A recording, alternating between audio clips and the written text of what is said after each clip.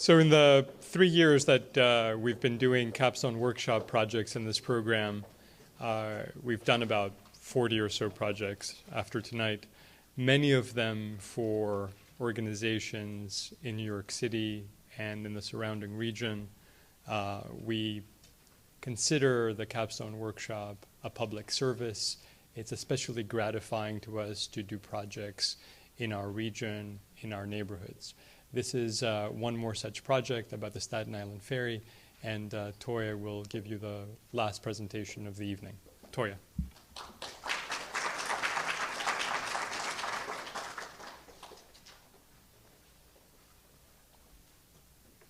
Good evening. My name is Toyah Barigye.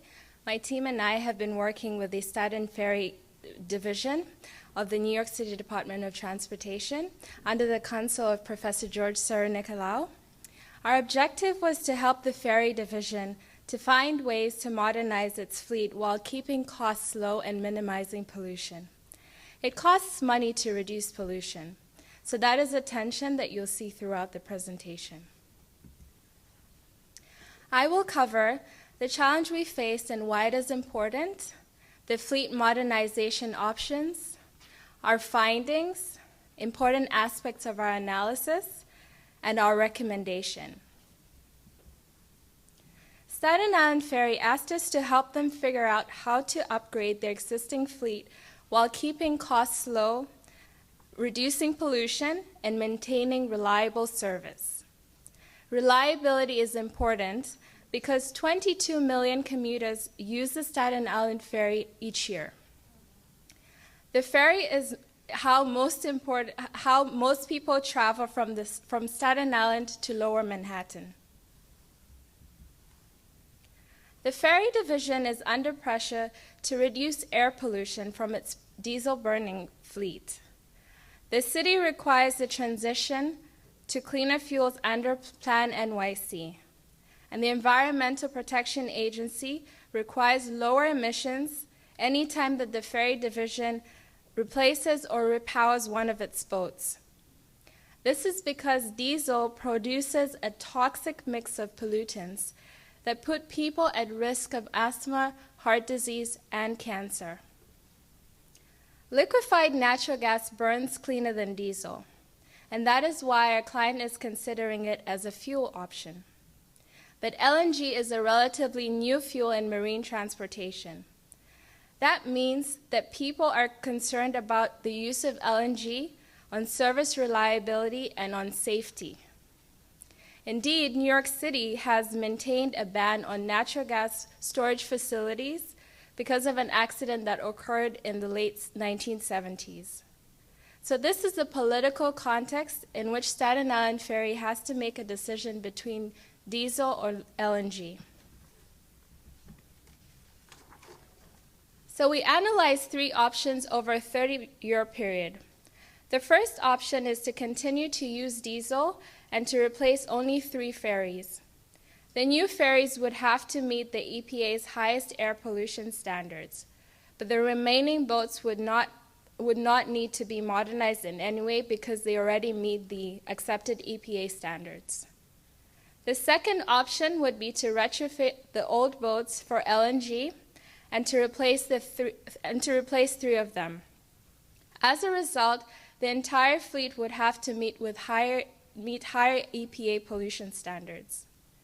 There is also a third option, to use both diesel and LNG.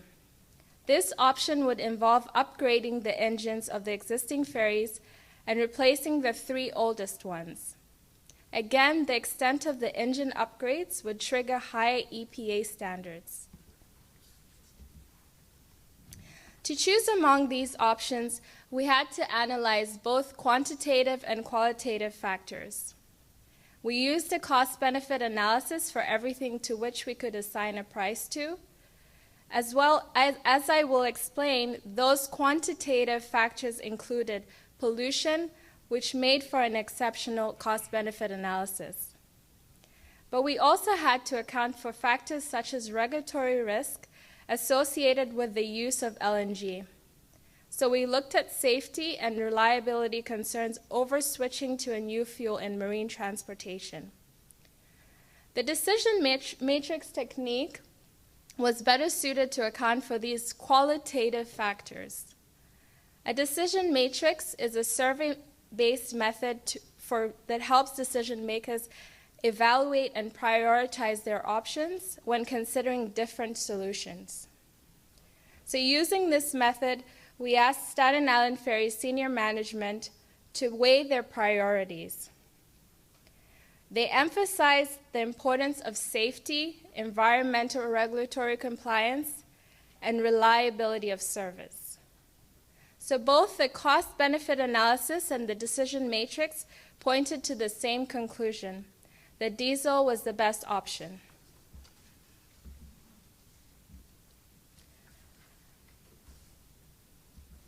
The cost-benefit analysis indicates that diesel is the best option and the cost-benefit analysis indicates that diesel is the best option and has the best net present value. Net present value is the difference between a series of future revenues and expenses, but stated in today's dollar value. So typically, this kind of financial analysis only accounts for capital and operating costs. But our analysis was extraordinary in that it accounted for pollution. As it turns out, the inclusion of pollution in the analysis did not change the results. Ferries that run on diesel would produce the most air pollution, nearly 500 tons a year. These are the air pollutants that EPA regulates. But it is important to underscore that all of these options are below the EPA's regulatory threshold. The diesel option also produces the most carbon dioxide, the gas that contributes to climate change. The EPA does not regulate carbon dioxide emissions of ferries. But we included this in our analysis because of the possibility that in the future they will be regulated. Carbon dioxide also accounts for the highest percentage of total emissions, a quantity roughly 100 times greater than all the regulated pollutants. So pollution typically does not have a market price, so it is often left out of financial analyses. So we looked into literature for social costs of pollution, the costs associated with impacts to the environment and to our health. We then adjusted these costs to New York City by accounting for the residents in Manhattan, Staten Island, and Brooklyn, who would be most affected by the pollution from these ferries. Carbon dioxide, which makes up most of the emissions, has the lowest social cost, which minimizes its effect in the cost-benefit analysis. The regulated pollutants have highest social costs, but the ferries emit only a few hundred tons of them each year. So this does not really change our analysis. The cost of pollution is small compared to the capital and operating costs associated with all three fuel options. Fuel price is another important input in our analysis. Since the year 2000, LNG has been cheaper than diesel, therefore making LNG an attractive fuel option. However, we know that fuel prices are volatile, and there is no way to predict if LNG will remain cheaper and by how much. So to deal with this fuel uncertainty, we use 3 federal government price scenarios. These vary according to economic growth and fuel production. What we found was that the difference in fuel price is not enough to push diesel out of the top spot. Diesel does best in minimizing costs and ensuring reliable service. Diesel ferries would meet EPA regulations, but they would also pollute more than the 2 other fuel options. The diesel option would also provide the flexibility to convert to LNG when the regulatory and safety issues associated with LNG are better yet understood. For all these reasons, we recommend that Staten Island Ferry pursue the diesel option. Thank you for listening. Any questions?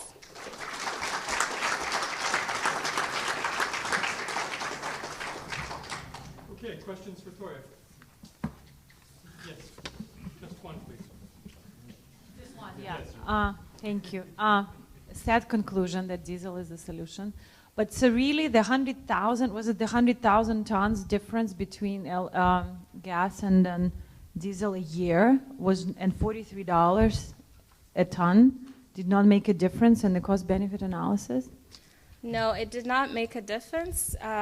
We considered all pollution in our cost-benefit analysis, but weighing the operating and capital costs, it exceeded just did not factor into changing the price, the costs and benefits. Other questions? Yes, here. Alyssa, here, in the front there. Did you try to take into consideration some of the impacts of fracking into your cost benefit? Yes, we did.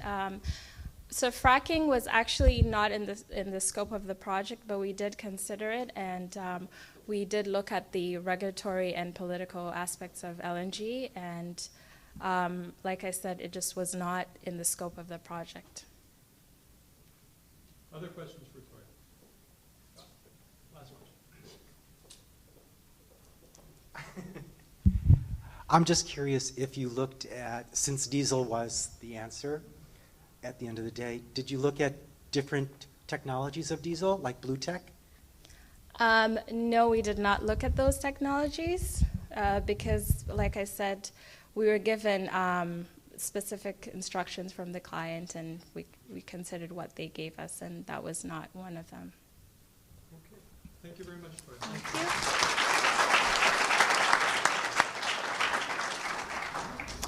Okay, folks, we heard, I think, 5 very different but very, very strong presentations. So let's give the presenters a round of applause for their hard work.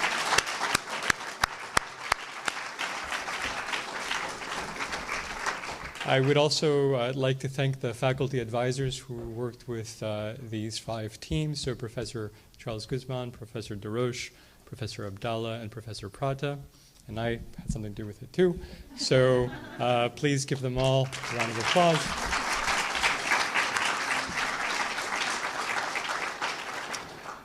It's always a thrill for me to see all the hard work pay off this evening.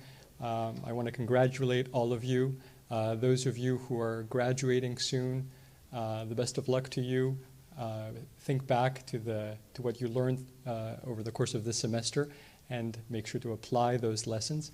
And those for you who are returning, well, there's a little bit more learning to do before you go out into the real world. We'll welcome you all back next semester.